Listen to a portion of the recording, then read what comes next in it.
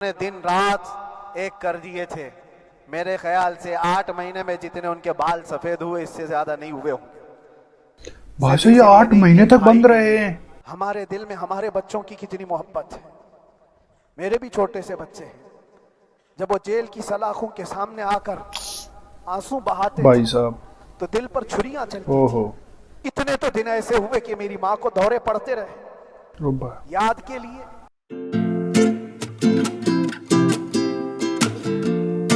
Hello guys, ایک بار پھر سواگت ہے بھائیوں کا چینل ریاکشن بابا میں. میرا نام ہے رام.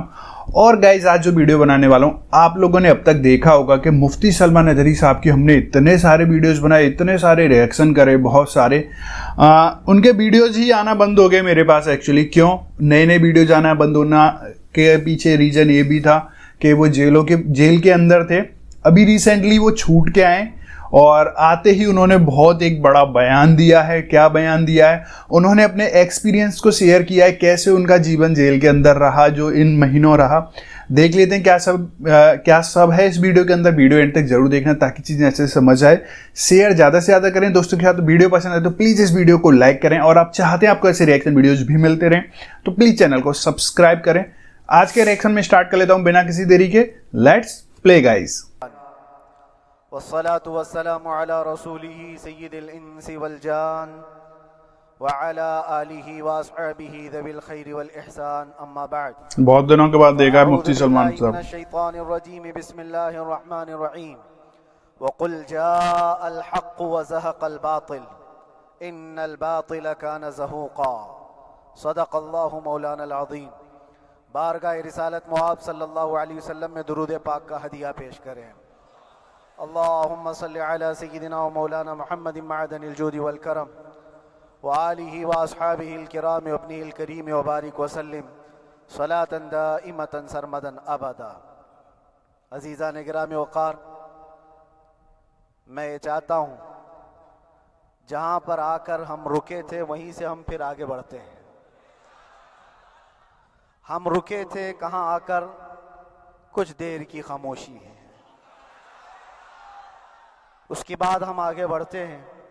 اس لیے کہ مجھے کوئی شعر اب یاد کرانے کی ضرورت نہیں، اور نہ ہی کسی کے سامنے کچھ بولنے کی ضرورت ہے. حالات تو ایسے تھے کہ جو نان مسلم تھے وہ بھی ہمیں جیل میں دیکھ کر یہی کہتے تھے کہ آپ ہی نے کہا یہ فلاں بات. ہم نے کہا اللہ تبارک و تعالیٰ نے تم کو بھی یاد کرا دیا. میرے عزیزو، ستیزہ کار رہا ہے ازل سے تا امروز، شرار بو لہبی سے چراغ مصطفی. یہ آج کل کے معاملات نہیں، ابتدا سے حق اور باطل کے معرکے ہوتے رہے. لیکن ایک بات میں آپ سب کو بتانا چاہتا ہوں، مظفر کو مقید نہ سمجھ اے سیاد. سیدنا مظفر حسین کچھوچوی رحمت اللہ تعالیٰ علیہ جیل گئے تھے، قید میں تھے. تب انہوں نے یہ شعر کہا تھا کہ مظفر کو مقید نہ سمجھ اے سیاد، میری یہ اسیری بھی سنت آبائی ہے. میرے آبا و اجداد کی سنت ہے جس پر میں عمل کر کے آ رہا ہوں. میرے بزرگوں کی یہ سنت تھی. بہرحال جن کو جس راستے سے مجھے گزارنا تھا، لوگوں کے دلوں میں یہ ٹھنڈک تھی شاید کہ زبان بند کر کے چند دنوں کے لیے قید کر دیا جائے. مگر میرا عقیدہ یہ تھا کہ اللہ تبارک و تعالی جب تک چاہے کہ کوئی اس کے لیے پابندی نہیں لگا سکتا. وَإِن يَمْسَسْكَ اللَّهُ بِضُرٍّ فَلَا كَاشِفَ لَهُ إِلَّا هُوَ. رب تعالیٰ فرماتا ہے اگر اللہ تعالیٰ تمہیں کوئی مصیبت دے تو اس کے علاوہ کوئی ٹال نہیں سکتا. وَإِن يَمْسَسْكَ اللَّهُ بِخَيْرٍ فَلَا رَادَّ لِفَضْلِهِ. اور اللہ کسی کو بھلائی دے دے تو پھر اس کو روک بھی کوئی نہیں سکتا. مولا تبارک و تعالیٰ اگر کسی کو کوئی مقام عطا کر دے تو ہزاروں کیڑوں کے پھڑپڑانے سے وہ مقام ختم بھی نہیں ہو سکتا. اللہ تبارک و تعالیٰ جس کو بڑھانا چاہے اس کے لیے کوئی راستہ رکاوٹ نہیں بن سکتا. اس لیے کہ ہم نے تاریخ میں دیکھا ہے پیبند لگے کپڑے پہننے والے پیروں میں چپل نہیں تھے جن کے ناخن تک اکھڑ جاتے تھے لیکن وہ جب چلتے تھے قیصر و کسریٰ بھی کانپتے تھے، جن کا ہی یہ نعرہ تھا ٹل نہ سکتے تھے جنگ میں اگر اڑ جاتے تھے، پاؤں شیروں کے بھی میدان سے اکھڑ جاتے تھے، حق سے سرکش ہوا کوئی تو بگڑ جاتے تھے، ارے تیغ کیا چیز ہے ہم توپ سے بھی لڑ جاتے تھے۔ یہ وہ صحابہ کرام اور اسلاف کرام، ان کا یہ معمول تھا، بظاہر ان کے پاس کوئی اسباب نہیں تھے لیکن اللہ کی مدد تھی، وہ پانی کی طرح بہتے ہوئے چلے گئے، نہ چٹانوں نے ان کا راستہ روکا نہ دریاؤں نے ان کا راستہ روکا، وہ جس طرف سے جاتے تھے اللہ تعالیٰ ان کے لیے راستے بناتا تھا۔ عزیزان گرامی وقار، کون ہے وہ جو دریائے دجلہ میں اپنے گھوڑے دوڑائے تھے؟ کون ہے وہ جو دریا میں اپنی کشتیاں ڈال کر جلا دیا تھا کہ واپس جانے کا کوئی تصور نہ ہو؟ یہ سب میرے مصطفیٰ کریم کے دیوانوں کی ہی بات تھی۔ اسی لیے آج بھی دنیا گھبراتی ہے تو شانے لوگوں سے نہیں، دیوانوں سے ہی گھبراتی ہے، بہت زیادہ چالاک رہنے والوں سے نہیں، دیوانوں سے دنیا گھبراتی ہے، اس لیے کہ دنیا کو پتا ہے، دنیا جانتی ہے کہ دیوانہ کہاں دیکھتا ہے کسی کو پتا نہیں۔ اور یہ اس دیوانے کی بات کر رہا ہوں جس کے لیے اللہ کے حبیب صلی اللہ تعالیٰ علیہ وسلم کی عزت و وقار سب سے اول ہے۔ عزیزان گرامی وقار، آج آپ کے سامنے حاضر آیا، یہ میرے استاد گرامی، مربی، استاذ الاساتذہ، برادر گرامی حضرت العلامہ مفتی زبیر احمد صاحب قبلہ ادام اللہ اقبالہ، جنہوں نے دن رات ایک کر دیے تھے، میرے خیال سے 8 مہینے میں جتنے ان کے بال سفید ہوئے اس سے زیادہ نہیں ہوئے ہوں گے۔ بھاشا یہ 8 مہینے تک بند رہے ہیں، اس لیے بھی لڑ رہے تھے کہ ایک عالم کے لیے جس سے دین کا بہت سارا حصہ وابستہ ہے، ان کی محنتیں رائگاں نہ گئیں۔ بہت سارے میرے احباب و اقربا، خاص طور پر مدن پورہ اور وکرولی سے، جنہوں نے اپنے گھر بار چھوڑ کر میرے لیے دوڑتے بھاگتے رہے، اللہ رب العزت اس بات کا شاہد ہے، ایک ایک دن اندر میں نے سب کے لیے دعائیں کی ہیں، اور ایسا نہیں کہ کوئی دن بھولا جاتا، اور باہر کی ہمیشہ یہ خبریں آتی رہتی ہیں کہ حالات کیسے کے کیسے ہوتے جا رہے ہیں۔ کبھی اگر گھبراہٹ اور بے چینی ہوتی تو میرے عزیزوں صرف ایک ہی بات ہمارے پاس تھی علاج کے لیے، ایک ہی علاج تھا۔ جب بے چینی بڑھ جاتی، اپنوں سے رابطہ نہیں ہو پاتا اور کسی کے خبر نہ پہنچتی، کھانے پینے کی تکلیفیں، رہنے سہنے کی مصیبتیں جب سر پر آتی تو ایک ہی علاج تھا، ان کے نثار کوئی کیسے ہی رنج میں ہو، ان کے نثار کوئی کیسے ہی رنج میں ہو، جب یاد آ گئے ہیں سب غم بھلا دیے ہیں۔ نائس، جب یاد آ گئے ہیں سب غم بھلا دیے ہیں۔ اس رسول محترم صلی اللہ تعالیٰ علیہ وسلم کا احسان عظیم ہے، بار بار مجھے یہ احساس ہوتا رہا، پوری دنیا اگر چھوڑ دے مگر یقین تھا آمنہ کا لال کبھی نہیں چھوڑے گا، اور چھوڑا بھی نہیں۔ ہر رات جو ہمارا معمول تھا، ہم نے جو دیکھا، ہماری پچھلی زندگی میں ہم نے اتنے عجائبات نہیں دیکھے ہوں گے جو 8 مہینے کے اندر ہم نے دیکھے۔ نبی پاک صلی اللہ تعالیٰ علیہ وسلم کے انعامات و اکرامات، رب تبارک و تعالیٰ کی مدد سے دل مضبوط ہوتا ہے۔ عزیزان گرامی، ہم نے تو وہاں ایسے لوگوں کو دیکھا جو ڈپریشن کا شکار ہو کر کافر بھی ہو گئے، اور حالات سے گھبرا کر کے وہ انکار کر بیٹھے، کوئی خدا نہیں ہے، کوئی مدد نہیں آتی ہے، ایسے حالات وہاں دیکھے، لیکن ان حالات میں بھی اللہ تبارک و تعالیٰ کی مدد ساتھ رہی۔ رسول پاک صلی اللہ تعالیٰ علیہ وسلم کا انعام و اکرام یہ تھا کہ جس طرح سے گئے تھے اسی طرح سے واپس بھی آئے، جس طرح سے گئے تھے ویسی واپس آئے، اور نہ میرے مصطفیٰ نے باہر میری عزت میں کمی کی، نہ اندر عزت میں کمی کی، کہیں پر بھی نہیں۔ الحمدللہ، جس شان کے ساتھ رسول پاک صلی اللہ تعالیٰ علیہ وسلم اپنے چاہنے والوں کو رکھتے ہیں، وہ میں نے دنیا میں دیکھا، اور پھر یہ عرض کیا، آقا آج آپ کی عزت پر بات کرنے والے کو چاہے وہ 1000 کال کوٹری کے اندر ہو، آپ عزت کے ساتھ بٹھاتے ہیں تو پھر قیامت کے دن اس کی عزت کا کیا حال ہوگا؟ عرش حق ہے مسند رفعت رسول اللہ کی، دیکھنی ہے حشر میں عزت رسول اللہ کی۔ میرے عزیزو، ایک بات کو طے کر کے چلو، انہیں جانا انہیں مانا، نہ رکھا غیر سے کام، للہ الحمد میں دنیا سے مسلمان گیا، اس ایک بات میں جو عزت ہے دنیا کے کسی مقام و منصب اور مرتبے میں عزت نہیں ہے۔ اور حالات دنیا انشاءاللہ میں سناتا رہوں گا۔ اللہ تبارک و تعالیٰ جب تک یہ زبان رکھا ہے حق بولتے رہیں گے اور سناتے رہیں گے، اور بھی حالات آپ کو انشاءاللہ العزیز آگے سناتے رہیں گے۔ لیکن آج خصوصیت کے ساتھ میں جمعہ کے لیے اسی لیے حاضر آیا کہ یہاں کے لوگ پل پل یاد کرتے رہے۔ حضرت مجھے ہر بار خبر دیتے کہ جب نماز سے فارغ ہو کر کے میں نکلوں تو مجھے لوگ پکڑ لیتے، کیا ہوا، اب کیا خبر ہے؟ تو جس قدر آپ کی بے چینی تھی، بے قراری تھی میرے عزیزو، مجھے بھی ملنے کی بے چینی اور بے قراری تھی، لیکن یہ ایک سٹیج تھا جس سے گزارا گیا ہے، ایک مقام تھا جس سے گزارا گیا۔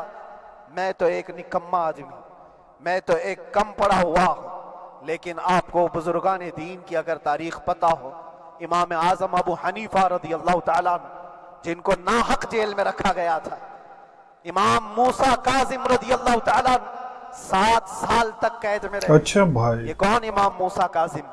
جن کے دربار میں جانے کے لیے غوث اعظم عبد القادر جیلانی رضی اللہ تعالیٰ عنہ 4 کلومیٹر دور اپنی چپل اتار دیا کرتے تھے۔ امام موسیٰ کاظم کا وہ دربار ہے جن کو باب الحوائج کہا جاتا ہے۔ اس امام کو 7 سال تک بغیر کسی قصور کے قید میں رکھا گیا، اور حد تو یہ ہے کہ اسی قید خانے میں زہر دے کر کے آپ کو مارا گیا ہے۔ آپ کا جنازہ جیل سے نکلا تھا۔ امام احمد بن حنبل جن کو 5 لاکھ حدیثیں یاد ہیں نبی پاک صلی اللہ تعالیٰ علیہ وسلم کی، بغداد کے سرے بازار آپ کو ننگی پیٹھ پر کوڑے مارے گئے۔ آپ کو اندازہ ہے بھائی صاحب، بزرگان دین کی ایک لمبی فہرست ہے۔ جب میں وہاں گیا تھا تو ایک بزرگ کی بڑی یاد آئی، وہ تھے حضرت مجدد الفیسانی رضی اللہ تعالیٰ۔ اکبر جیسے ڈکٹیٹر کے سامنے، اس زمانے کے سب سے بڑے ڈکٹیٹر بادشاہ کے سامنے آپ نے حق بات کا اعلان کیا تھا۔ مجدد الفیسانی رحمت اللہ تعالیٰ علیہ نے فرمایا تھا کہ اسلام نام سے جو دین ہوگا وہ محمد عربی کا لایا ہوا ہی دین ہوگا، کسی اور بادشاہ کا بنایا ہوا نہیں ہوگا۔ اس بات پر آپ کو قید میں ڈالا گیا تھا، 8 سال تک قید میں رکھا گیا۔ 8 سال میں بادشاہ مر بھی گیا، بیٹا بادشاہ بنا، لیکن کسی نے آ کر جہانگیر کے سامنے یہ بات رکھی کہ آپ کے باپ نے جس مولانا کو قید میں ڈالا تھا گوالیار کی جیل میں، 8 سال میں جیل کا نقشہ بدلا ہوا ہے۔ تو بادشاہ نے پوچھا ہوا کیا ہے؟ کہا کہ اس مولانا نے 8 سال میں تقریباً 700 قیدیوں کو عالم بنا دیا ہے۔ درس حدیث، درس تفسیر، قرآن کا علم، نمازیں جماعتوں سے وہاں اس طرح ادا ہوتی ہیں جیسے لگتا ہے گنبد خضرا کی چھاؤں میں ہے۔ رب تبارک و تعالیٰ کا یہ احسان عظیم تھا۔ ان 8 مہینوں میں بحمدہ تعالیٰ میں نے اپنی لائف میں کبھی اتنی امامت نہیں کی تھی جتنی وہاں امامت کیا، اس لیے کہ پابندی نہیں ہو پاتی۔ جب جب امام رہا مسجد میں چھٹیاں ہوا کرتی تھی، ادھر ادھر آنا جانا، لیکن وہاں پر کبھی کسی نماز میں چھٹی نہیں ہوئی، اور امامت اللہ تبارک و تعالیٰ کو جہاں لینا ہے وہاں لیتا رہے۔ اور مجھے اس بات کا تھوڑا قلق تھا، 24 سال سے میں تراویح سنا رہا تھا، 24 سال، 24 تراویح ہو چکی تھی، رمضان المبارک کا 24 گزر چکے تھے، 25واں سال تھا، ظالموں نے مجھے رمضان سے پہلے اندر کر دیا۔ بار بار یہ خواہش ہوتی تھی کہ میری تراویح چھوٹنے نہ پائے، 25ویں تراویح ہے، 25ویں محراب ہے، لیکن رب تبارک و تعالیٰ کا احسان، اندر موجود سارے مسلمانوں نے یہ مطالبہ کیا کہ ہم یہاں جماعت سے تراویح قائم کریں گے، اور اب تک لوگ الم تری کیف والی تراویح کبھی کبھار پڑھ لیا کرتے ہیں، لیکن سارے لوگوں نے مل کر کے یہ اتفاقاً کہا کہ ہم پورا قرآن آپ سے سننا چاہتے ہیں۔ کیسے کیسے قیدی تھے، کیسے کیسے کرائم والے تھے۔ میں نے کہا آج میں ایک دن پڑھاتا ہوں، ایک پارہ پڑھوں گا، آپ کو اگر لگے تو بتا دینا، بھاری پڑ جائے، کیونکہ لوگ سارے کرمنل ہیں اور کئی طرح کے جرائم کیے ہوئے لوگ، نماز دین سے کہاں زیادہ رشتہ، کہاں ہو سکتا ہے یہ گھبرا کر بھاگ جائیں۔ ایک دن پڑھاؤں گا، اگر آپ کو لگے تو بول دینا، نہیں تو کل سے الحمد للہ۔ پہلے دن تراویح پڑھا ہے، دوسرے دن سارے لوگوں نے کہا آپ نے ایک پارہ پڑھایا ہے، سحری تک بھی پڑھائیں گے تو انشاءاللہ کھڑے رہیں گے۔ یہ جو استقامت یہ ساری چیزیں دلوں کا جمع ہونا اور ہماری طرف دلوں کو پھیر دینا بغیر اللہ کی مدد کے نہیں ہوتا، رسول پاک صلی اللہ تعالیٰ علیہ وسلم کے کرم و احسان کے بغیر نہیں ہوتا۔ وہ تراویح بھی پڑھتے رہے، تفسیر قرآن بھی سنتے رہے اور قرآن کی تعلیم بھی لیتے رہے۔ پھر مجھے اندازہ یہ ہوا کہ رب تبارک و تعالیٰ کی منشا یہ تھی کہ ہماری تراویح کی محراب کی سلور جبلی جیل کے اندر ہو جائے۔ مجھے اس بات کا کوئی قلق نہیں رہا کہ میری کوئی چیز چھوٹ گئی ہے۔ ہاں، عید، بقرعید، محرم، یہ تمام چیزیں لوگوں کی یاد تو رہتی، رشتہ دار، احبا، اقربا کی یاد، لیکن اللہ کی مرضی، میرا رب تبارک و تعالیٰ جو پسند کرے اس میں ہم راضی ہیں۔ اگر مولا یہ چاہتا ہے کہ میں تنہا پڑھوں تو اس کی رضا میں ہم راضی ہیں، اگر وہ چاہتا ہے کہ مجمع ہزاروں میں ہم نماز ادا کریں تو اس کی مرضی پر ہم قائم ہیں۔ عزیزان گرامی وقار، صبر اور سکون کے ساتھ جو حالات گزرے اس میں سب سے بڑا کردار آپ سب کی دعاؤں کا ہے، سب کی دعاؤں کا۔ مشائخ، سارے پیران اعظام، تمام سلاسل کے اور ہر مسجد کے امام اپنے محراب اور منبر سے جو دعا کرتے رہے، یہ سارا ذخیرہ میرے لیے اتنا بڑا ہے جس کو میں بیان نہیں کر سکتا۔ صحیح بات۔ ہر ایک کی جانب سے دعائیں، عورتوں، بچوں کی طرف سے منتیں، روزے، نہ جانے کیا کیا کر لیا۔ پھر مجھے اندازہ ہوا کہ صرف اپنے آرام، اپنے راحت کے لیے پھڑپھڑانے سے کچھ نہیں ہوگا۔ رب تبارک و تعالیٰ یہ چاہتا ہے کہ پوری امت مل کر کے اس فقیر کے لیے دعا کرے، اور اللہ تعالیٰ کو جب تک منظور تھا تمہاری دعائیں ہوتی رہی۔ بعض لوگوں کو یہ خیال بھی آیا، کچھ میرے احبا، اقربا، رشتہ داروں نے بھی کہا اتنی ساری دعائیں ہوئی، اتنی ساری دعائیں ہوئی، قبول کیوں نہیں ہوتی؟ ایک بات یاد رکھو، پوری دنیا مل کر کھڑے ہو کر دعا کرے، اللہ کی قدرت پر کوئی کام کرنا واجب نہیں ہے، اللہ پر کوئی چیز واجب نہیں ہے۔ اگر وہ اپنے فضل سے عطا کر دے تو اس کا احسان ہے، اس کا احسان ہے۔ اب چاہے وہ سال بھر میں قبول کرے کہ 5 سال میں قبول کرے، ایک بات یاد آتی ہے میرے عزیزوں، ہماری قید تو 8 مہینے کی ہوگی، ان بزرگان دین کی قید 8 سال، 7 سال۔ امام محمد بن حسن عسکری 20 سال تک قید میں رہے، 20 سال تک اندر سلاخوں کے پیچھے بند رکھا گیا۔ یہ اہل بیت اطہار ہیں، ائمہ اعظام ہیں، ان کی تکلیفیں دیکھ کر پھر ہماری تکلیف چھوٹی لگتی، اور پھر نبی پاک صلی اللہ تعالیٰ علیہ وسلم کی یاد آتی۔ صرف اس بات کا ہمیں فخر تھا کہ تم نے کبھی چوری کے الزام میں تو نہیں گرفتار کیا، کسی گھناؤنے الزام میں تو نہیں گرفتار کیا۔ ہاں، اگر کسی بات پر گرفتار کیا ہے تو ان سے پوچھو تو اب یہ بولنے میں بھی شرم کرتے ہیں، مولانا کو کیوں گرفتار کیا ہے، مولانا کو کیوں اندر رکھا ہے؟ شرم آتی ہے بولنے میں، کیونکہ انہوں نے کچھ ایسا بولا تھا جس کو بولنے میں شرم آتی۔ کیا بولا تھا میرے عزیزوں؟ یہ ایک الگ کہانی ہے، ابھی میں اس پر کچھ گفتگو نہیں کرتا، اس لیے کہ ہر ایک کو یاد ہو چکی ہے، ہر ایک کو یاد ہے۔ میں اس کہانی کی طرف نہیں جاتا، لیکن اتنا مجھے آج اس ملک میں رہتے ہوئے احساس ہے کہ ابھی بھی انصاف ختم نہیں ہوا ہے۔ انصاف پوری طرح ختم ہو جائے تو اللہ کا عذاب آ جائے گا، اللہ کا عذاب آ جائے گا۔ چند لوگ نا انصافی کر سکتے ہیں، لیکن پوری کی پورے روئے زمین پر رہنے والے انسان نا انصافی کرے، ایسا نہیں ہوتا۔ ہمارے حق میں سپریم کی طرف سے جو انصاف آیا ہے، ہمارے دل میں اس قدر جگہ ہے آج، اور اس قدر احساس ہے کہ ہمیں یہ اندازہ آج بھی ہوتا ہے کہ چاہے کچھ بھی ہو جائے لیکن انصاف پوری طرح سے مر نہیں سکتا، انصاف پوری طرح سے مر نہیں سکتا۔ یہ ہمارا ملک عزیز ہندوستان کسی خاص آدمی کے ٹھیکیداری میں نہیں ہے، سبھی کا خون شامل ہے یہاں کی مٹی میں، کسی کے باپ کا ہندوستان تھوڑی ہے،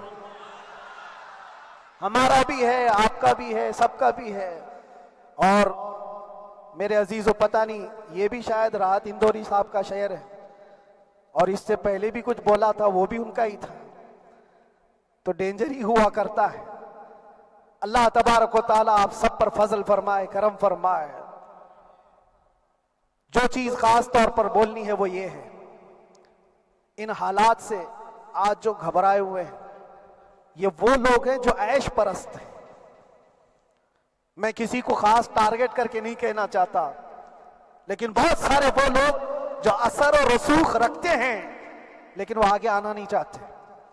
دین اسلام پر حملے ہوں، حضور پاک کی عزت پر حملہ ہو، کسی کو بولنا نہیں ہے، کیونکہ پتہ ہے دیکھو اس مولانا کو کس طرح کی ہے، اسی طرح دوسروں کو بھی کر دیا جائے. جو کمفرٹ زون میں بیٹھنے کے عادی ہو گئے وہ اپنا ایریا چھوڑ کر ہٹنا نہیں چاہتے. اگر میں کچھ کہوں گا حضور پاک صلی اللہ تعالیٰ علیہ وسلم کی ناموس کے لیے تو میرا عیش خطرے میں آ جائے گا. اکثر کی یہی سوچ ہے. میرا تو اپنا دھندا ہے، میرا بزنس ہے، میرے بیوی بچے ہیں. ہو سکتا ہے مولانا کو کسی چیز کی فکر نہیں ہوگی. آپ کو میں بتاؤں، آپ کو اندازہ نہیں ہمارے دل میں ہمارے بچوں کی کتنی محبت ہے. میرے بھی چھوٹے سے بچے ہیں. جب وہ جیل کی سلاخوں کے سامنے آ کر آنسو بہاتے بھائی صاحب تو دل پر چھریاں چلتی او تھی. ہو. وہ بچے جو ہمیشہ ہمارے سینے پر سوتے رہے، آج میں ان کو چھو بھی نہیں سکتا. جب وہ سلاخوں کے پیچھے کھڑے ہو کر دور سے رو کر کے چلے جاتے 15 منٹ، تو کیا ہمارے دل میں بچوں کی محبت نہیں؟ کیا ہمارے گھر بار نہیں، ہماری بہنیں، ہمارے بھائی، ہماری ماں نہیں؟ کتنے تو دن ایسے ہوئے کہ میری ماں کو دورے پڑتے رہے یاد کے لیے. تو کیا وہ ہمارے اوپر کیفیت نہیں آتی کہ ہم خامخواہ یہ مصیبت کیوں مول لیے؟ میری بیٹی تو جھگڑا کرتی اس بات کو کہ کیوں آپ اکیلے ہو، بہت سارے لوگ ہیں سب کا خیال کرتے ہوئے. لیکن میرے عزیزو یہ ان کی اپنی محبت ہے. سارا ایک پریوار اور اس سے زیادہ میرے شاگردوں کی ایک دنیا ہے. کتنے ایسے ہیں میں جانتا ہوں کہ 8 مہینے تک نرم غذا نہیں کھائی میرے ان بچوں نے. میں جانتا ہوں نرم غذا کیا ہوتی ہے؟ ان کا صرف یہ خیال تھا کہ اندر پتہ نہیں جیل میں آپ کیا کھا رہے ہوں گے، ہم یہاں نرم غذا نہیں کھائیں گے، گوشت مچھلی نہیں کھائی. حالانکہ یہ کوئی چیز تمہارے اوپر واجب نہیں تھی.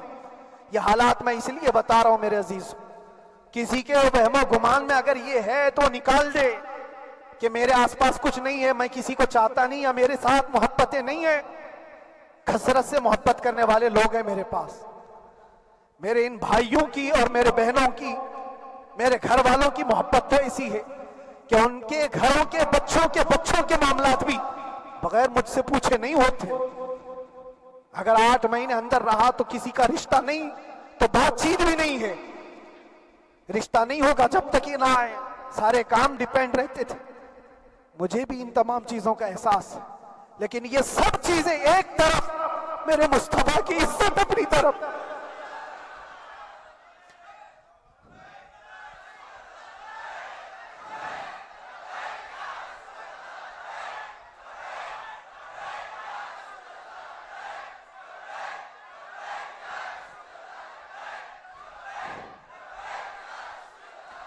میرے عزیزوں، ہر ایک کے آنسوں کے قطرے میں نے دیکھے، بھائیوں کے، بہنوں کے، میرے پاس ملنے کے لیے میرے جو شاگرد آتے ان کے. یہ اکثر جب جیل کی دیوار پر آ کر کھڑے ہوتے، ان کی آنکھیں لال، یہ آنسو بہاتے 15 منٹ ملاقات کر کے چلے جاتے. آپ کو کیا اندازہ ہے اندر کے حالات ایک دن 1 سال کے برابر لگنے لگتا ہے. گھٹتے رہتے، لیکن ایک بات کا احساس بار بار ہوتا کہ یہ ساری محبتیں ایک طرف ہے، لیکن ہم جس کے لیے کھڑے ہوئے ہیں اس کی محبت میں کوئی سمجھوتا نہیں، اس کی محبت میں کوئی سمجھوتا نہیں. ایمان اسی کا نام ہے، لا یؤمن احدکم حتی اکون احب الیہ من والدہ وولدہ والناس اجمعین. تم میں سے اس وقت تک کوئی پورا مومن نہیں ہو سکتا جب تک کہ اپنی اولاد، اپنے مال دولت، اپنے ماں باپ، سب سے زیادہ اپنے رسول سے محبت نہ کرے. دعا یہی کرتے رہو جب حضور پاک کا معاملہ آئے تو ساری دنیا ایک طرف ہو جائے.